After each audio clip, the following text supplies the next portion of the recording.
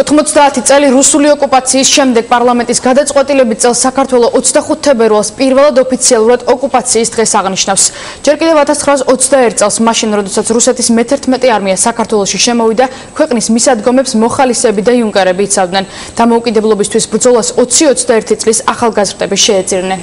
მათ შორის იყო მაკარ ბურჭულაძე, რომელიც 1921 წლის 24 თებერვალს რუსულმა ტყვიამ იმსხვერპლა.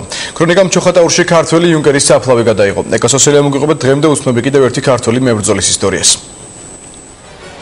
1921 წელი, 25 თებერვალი, თარიღი, რომელიც საქართველოს ისტორიაში წითელი ასოებით ჩაიწერა.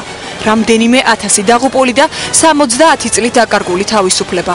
90 წლის შემდეგ წელს პირველად ოფიციალურად აღინიშნება საბჭოთა ოკუპაციის დღე. რუსული ოკუპაციის პერიოდმა საქართველოს ქართველი ერი ამოაგდო ცივილიზირებულ ერთა და სახელმწიფოთა თანამეგობრობიდან.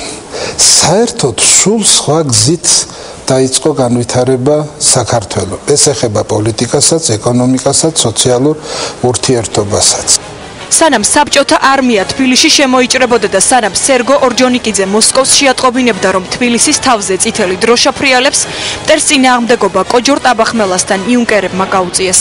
მთავრობისა და ჯარის გარეშე დატოვებულ ქვეყანას მხოლოდ ახალგაზრდა იუნკერები და მოხალისეები იცავდნენ. ფრონტის ორივე მხარეს ქართველები იდგნენ, თუმცა უფრო სწორად, როგორც დღეს ისტორიკოსები ამბობენ, ქართველები და მოღალატე ქართველები. იუნკერები იყო ეს ელიტარული სამხედრო სკოლის აღსაზრდელები, რომელიც დაარსდა თბილისში 1919 წელს. 25 თებერვალს ჟორდანიას მთავრობამ დასტოვა თბილისი და ბრძოლა შეწყვიტა.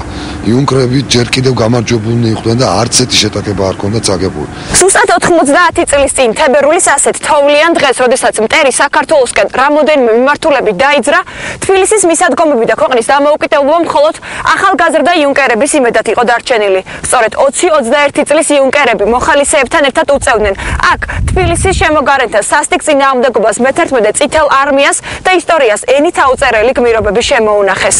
ბოლშევიკები მათ სასტიკად გაუსწორდნენ. დღეს აქ მემორიალი დგას.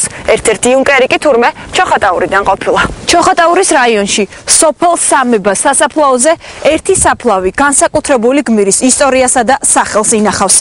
1899-1921 წლები მაკარ ბურჭულაძე 90 წლის წინ ტაბახმელას მიმართულებით გმირულად დაღუპული ქართველი იუნკერის სახელს დღეს მთელი საქართველო იხსენებს. 22 წლის იუნკერის მაკარ ბურჭულაძის საფლავი საკუთარ სოფელშია. მშობლებმა მისი ჩამოსვენება შეძლეს. დაღუპული გმირი მაშინ თურმე გულის ჯიბეში დედის სურათით ამოიცნეს. დედა იმდენად უყვარდა, რომ მას ფოტო გულის ჯიბეში ჰქონდა და როდესაც ტყვია გული გაუგმირა, ეს ფოტო იყო დახეული. სოფელი მაკარ ბურჭულაძის ფრონტიდან გამოგზავნილ წერილსაც ინახავს, რომელიც იუნკერმა მამას გარდაცვალებამდე 2 დღით ადრე გამოუგზავნა. უსაშინლესი ჯოჯოხეთია, რუსები უმოწყალოდ გვიტევენ ცეცხლითა და מחვილით, ჩვენ კი ვაზნები გამოგველია. მეორე დღეა ლუკმა არ აგვიღია, რა ლომივით ბიჭები დაეცნენ ძნელია ატანა. საქართველოს მტრების სიძულვილის შენ ჩამინერგე ბავშვობიდან, საფუძვლიანად კი რუსეთში ყოფნისას შემძულდა.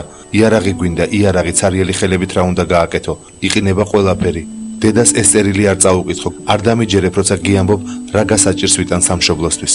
შენი მაკარი 22 თებერვალი 1921 წელი. სამშობლოსათვის თავის გაწერა ესა წმინდანებს მოწამე წმინდანებს უტოლდება და ნამდვილად ასეა. ჩემი შეხედულებითაც ეს ადამიანი არის ერთ-ერთი მოწამე. უბოლაძემ გააძვინა მაინც ტყვია და შური იძია მაინც.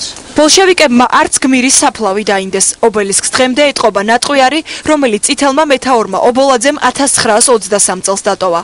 გაძარცვულია საცავი, სადაც გმირის პირადი ნივთები ინახებოდა და ცარიელია სახატე. დამტვრეულია ჯვარი.